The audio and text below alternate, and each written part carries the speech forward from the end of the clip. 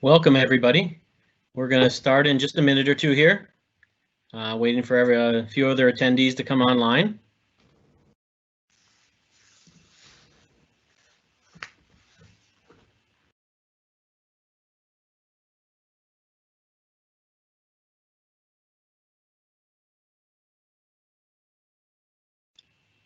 Well, welcome, everyone.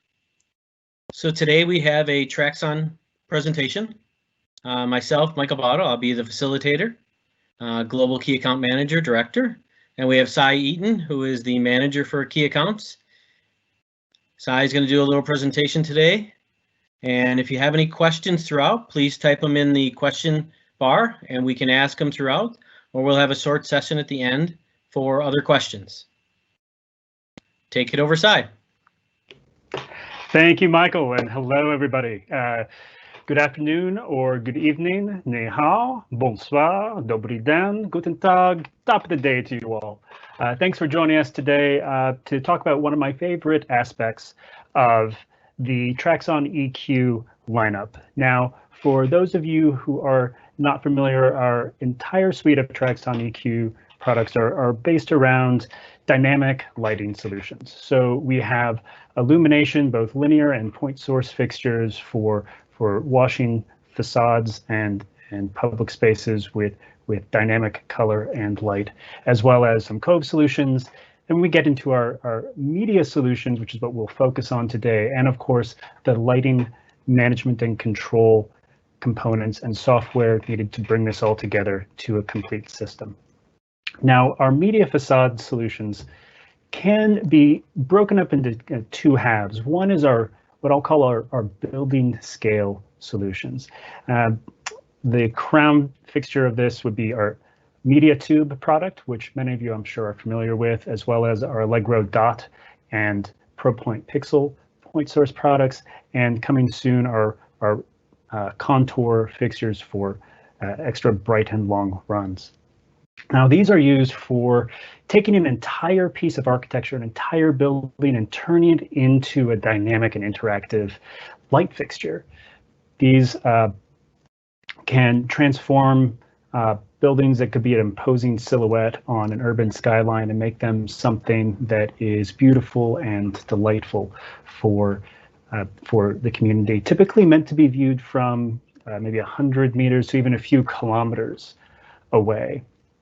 And then getting down to our human scale products, we have this Pixel family of tiles and strips, the Pixel 16 board, 64 board, and the Pixel 16 strip.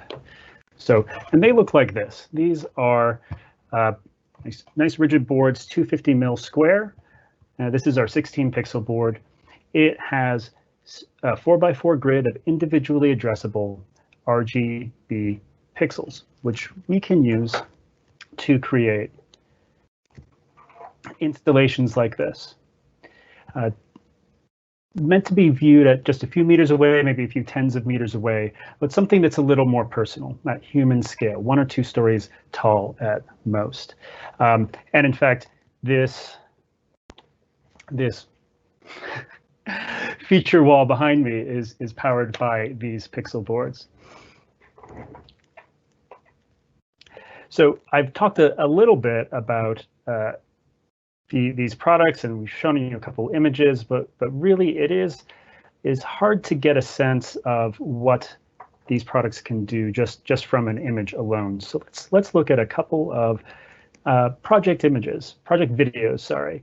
Starting with Nemours Children's Hospital. This is one of my favorite project installations, taking a waiting lobby in a hospital space and trying to be the inverse of the stereotypical overlit, sterile hospital lighting environment and create this soothing space. And it really perfectly illustrates how media light brings this liquidity to the light of an architectural space. So that's adding a dimension of time to a project. But then we have the Hong Kong Coliseum, which added this installation, which adds a dimension of interactivity. So as people pass by this glass feature wall, the light actually sees and responds to them and creates this personalized, playful, immersive experience for your guests.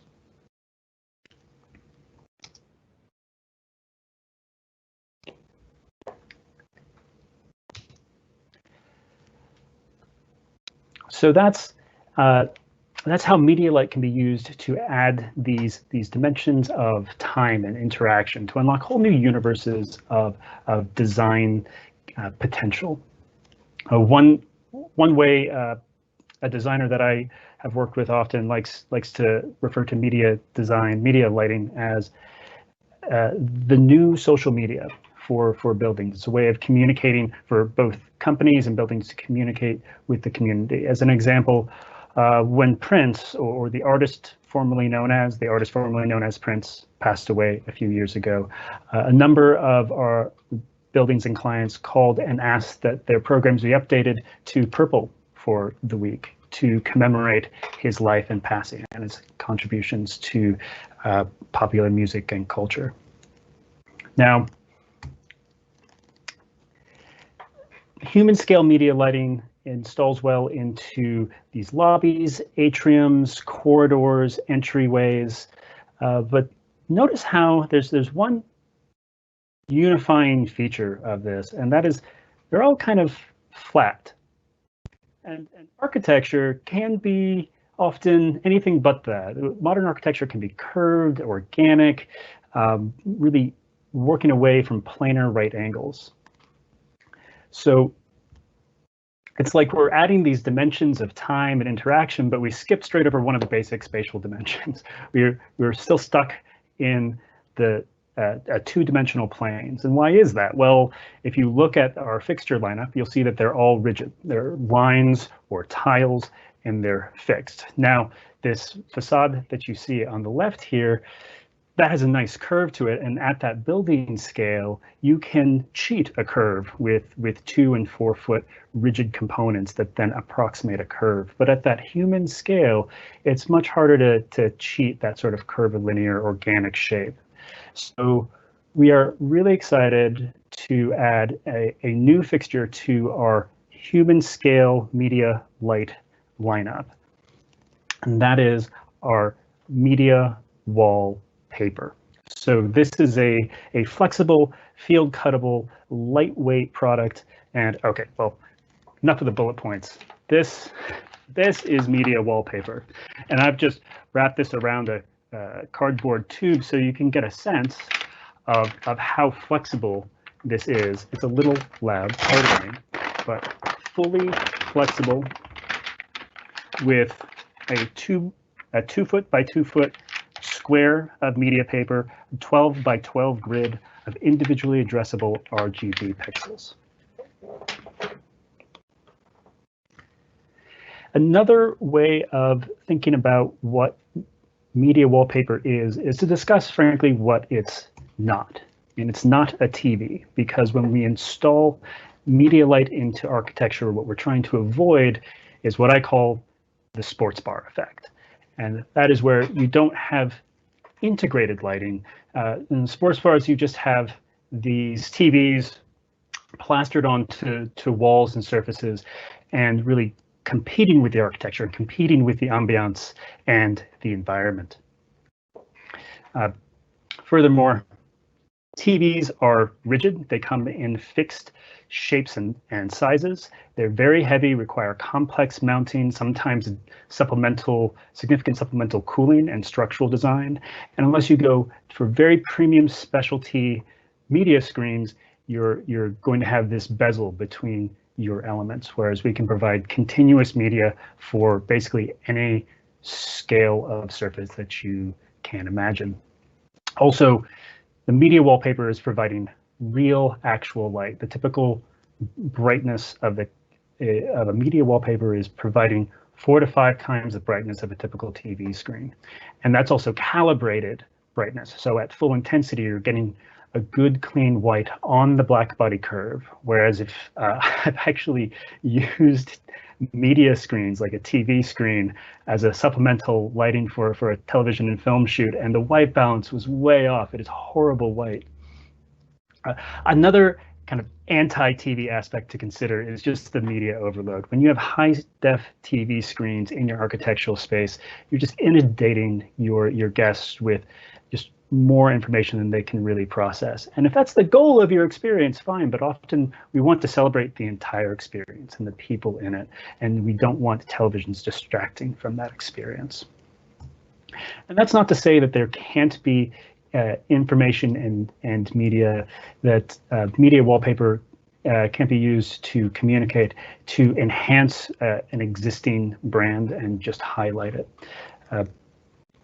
But just to give you all a sense of, start to think about how media light can be used in your next project. So now let's get down to some of the nuts and bolts. First, I mentioned, I think I mentioned we're using space age mounting technology for this product. And that's right, we're using Velcro. And the reason we're using Velcro, two reasons. One, there's some other tape and sheet products on the market. Now, to be clear, this is the only individually addressable pixel sheet available today. But a lot of these other tape and sheet products use an adhesive sticky back to apply it to its architectural substrate.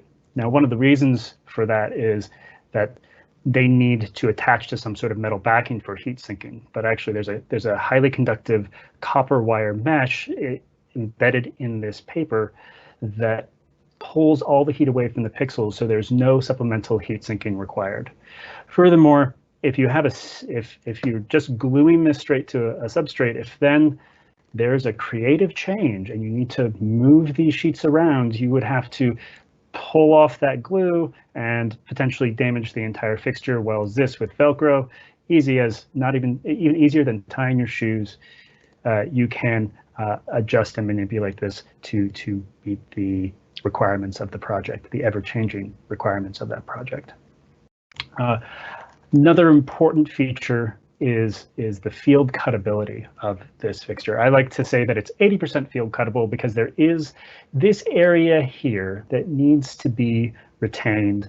You need to retain this input connector here that brings in power and data and connects to this space here, which is where the processors, the brains of this fixture live. Anywhere outside of this zone, you are free to make any sort of straight or angled or even curved cuts discrete to any individual fixed pixel. If you need to do something jagged, let's consult with a factory. There are some restrictions there, and if you are daisy chaining onto additional sheets, you'll need to also keep this output connector in the system as well. So oh yes, Michael, you broke up there a second, but do you have a question from the audience?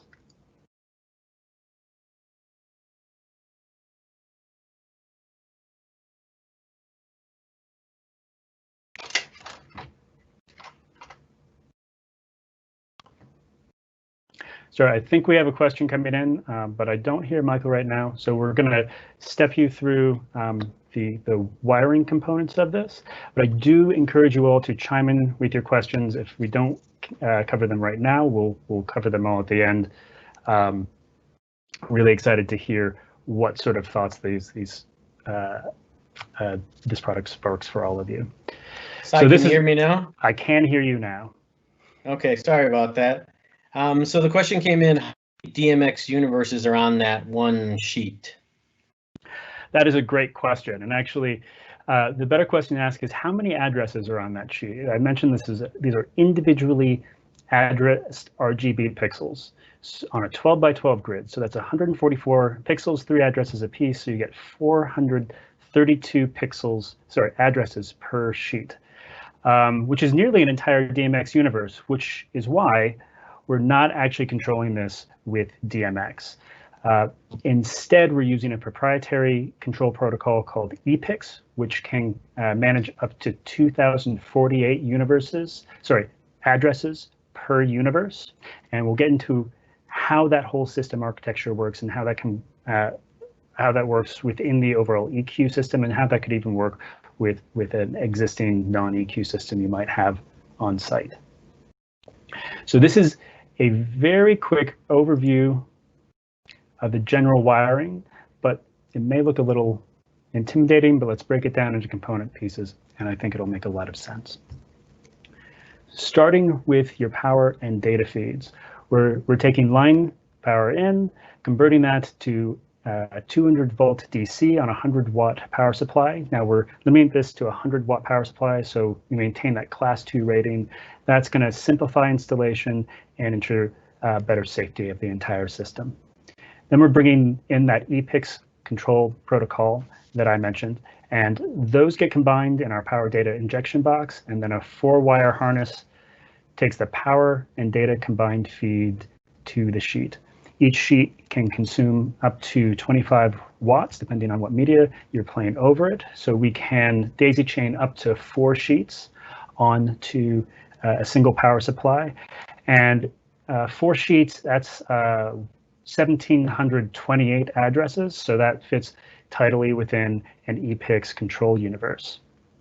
And then that's 16 square feet of controllable media. And then as you need more surface area coverage, you just add additional 1 to 4 sheet systems into the mix. Now, a couple small housekeeping details to mention. First, you want that power supply to be within 30 meters of your last tile on the chain, and for the controller to be within 100 meters of the last sheet on your chain. But what about that controller? Where is that controller? What is that controller? Well, the EPIX control protocol, digital protocol, similar to DMX, but like I said, with a little more capacity. And that's coming off of our simple node control system, powered by SymphoLite EQ software, and then networked together, all of these nodes networked together through eNet, which is our RJ45 compliant networking protocol. And this would be your basic system here. You would have your software to a network switch to your simple core S node. That's your engine, that's the brain of the show. And then feeding to an EPIX node. Each EPIX node can drive up to 2 universes of EPIX control. And then as your project expands in complexity, you can network in additional EPIX nodes and additional outputs for other control protocols, as well as inputs depending on the complexity of your system. Now, each simple core S can control up to 5,000 RGB pixels. So that's about 30 sheets of media wallpaper or 120 square feet of media space. If you need more space than that, you can always network in additional core S's, each capable of controlling about 5,000 RGB pixels. And then as your project level expands, we have other processor engines, such as our light control engine MX. The LCE MX can control up to 50,000 pixels or about 1,200 square feet of, 1,200 square feet of media wallpaper. Or for the truly bold, we have just rolled out our latest generation of premium processors at the LCE3, capable of controlling up to 3 million pixels of RGB. And for reference, that's about 2 acres of media wallpaper. And then finally, in the case where you already have a pre-existing building with a pre-existing media control solution on site, we have the simple bridge node, which is capable of taking in either streaming ACN or ArtNet from a third-party controller and outputting up to 8 universes of EPIX control. So that's the hardware and the software components. And in a typical architectural lighting design, those are the main considerations. Sai, we had another question. Yes, sir. So can Traxon help with the commissioning, implementation, and content? Absolutely. And the content is one of my favorite words. For those of you who've seen me speaking on the conference circuit, I harp on this a lot. Traditional architectural lighting design control involves the component and control situations like we're looking at here.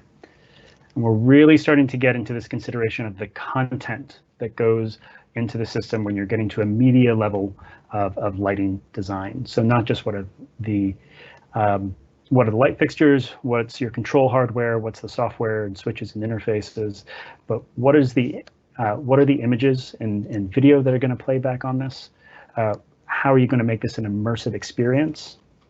And this content element is a new frontier for the architectural lighting industry.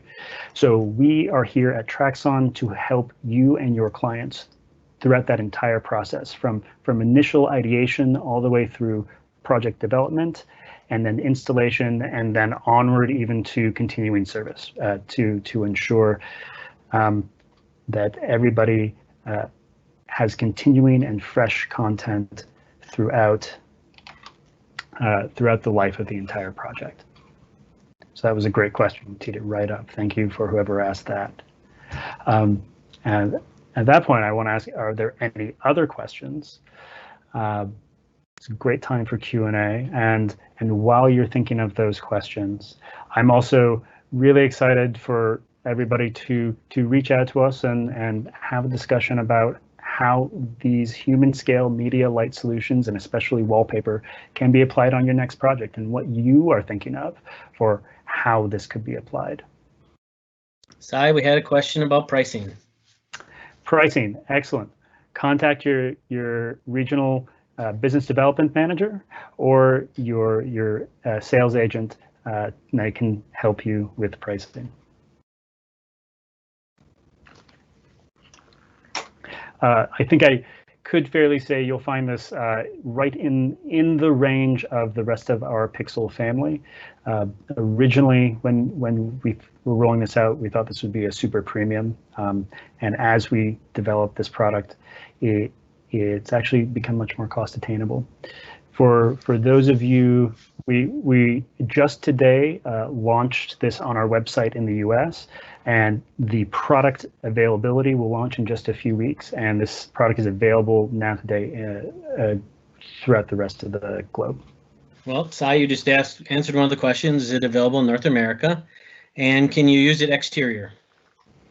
Yes, you can use it exterior in a exterior rated enclosure at this point, similar to how you would do similar signage style lighting solutions.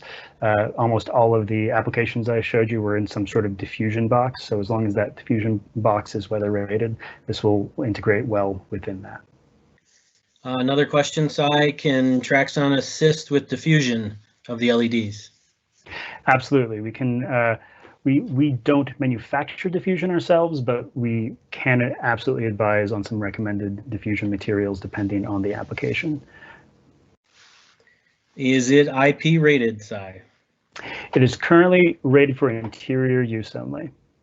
So if you're looking to use it in a damp or exterior environment, we can collaborate with you on designing an appropriate enclosure.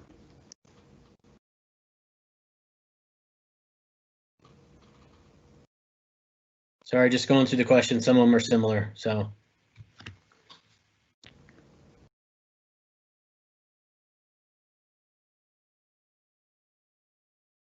If we have any other questions, please ask, and otherwise we can wrap up this session. We wanted to keep it short and sweet, a real focused session on particular product, and offer you guys some insight as to what's coming in the future.